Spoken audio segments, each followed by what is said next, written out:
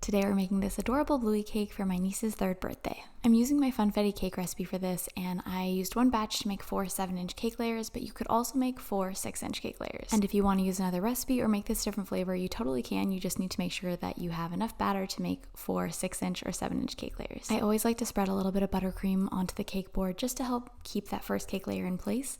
And I also want to note that you want to press the layers a little bit off center so that you have room to add on Bluey's paws later on. Once the cake layers are stacked, we're covering the cake in a thin coat of buttercream just to help lock in all those crumbs. Now I'm using my American buttercream to frost this cake, but you could also use my hybrid buttercream or my Swiss meringue buttercream if you're looking for a less sweet frosting. I like to use a large offset spatula to cover the cake initially, and then I smooth it out using a bench scraper. Now the crumb coat doesn't have to be perfect by any means because we're going to add another layer of frosting, but you do want to get kind of a rounded top on it just to create a little bit of curve on the top of Bluey's head. Once the cake is fully coated, we're popping it into the fridge, and while it chills, we work on all the different colors of frosting. I highly recommend using gel food coloring to color your buttercream. It just gives it a really nice bright color without throwing off the consistency. And let me tell you, getting these shades right took me quite a bit of time. I used black, royal blue, and yellow and brown gel food coloring to create these shades. And when you're coloring your frosting, always remember that you can always add more, but you can't take it back, so just add a few tiny drops at a time until you get the shade just right. And I mostly used large round piping tips for these, just what I had on hand, but if you don't have these, you can always cut an opening that's about 1 centimeter wide. Next, it was time to work on our cake decorating Rice Krispies to make Bluey's ears and snout. And these are essentially Rice Krispie treats just without any butter, and that helps them keep their shape and be a little bit stronger and perfect for cakes. You really want to smash them down though to make nice compact ears. It just makes them easier to frost. I grabbed 2 handfuls and then started shaping them with my hands. Also, you'll see at the end I'm going to cut the edges just to make them really nice and sharp. And then you want to make sure that they're the exact same size, so you can stack them on top of each other just to make sure that they are.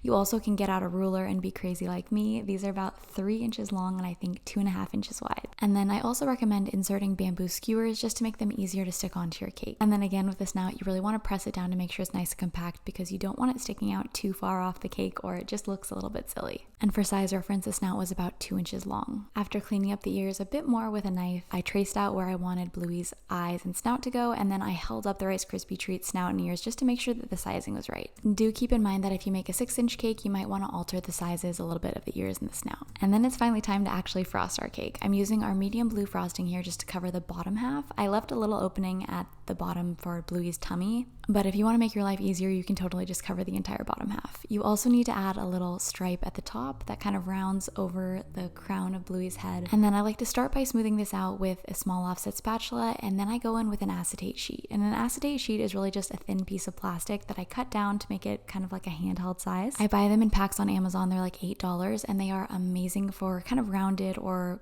any cakes that have a lot of little details like this one. And once that's nice and smooth, we add navy blue frosting on top of it. Now it was actually pretty challenging smoothing the navy blue frosting around that stripe kind of between Bluey's eyes, so you could always add that after you add on the navy blue frosting to make your life easier. But I'm using the same technique of going in first with my small offset spatula, and you really just want to take your time with this.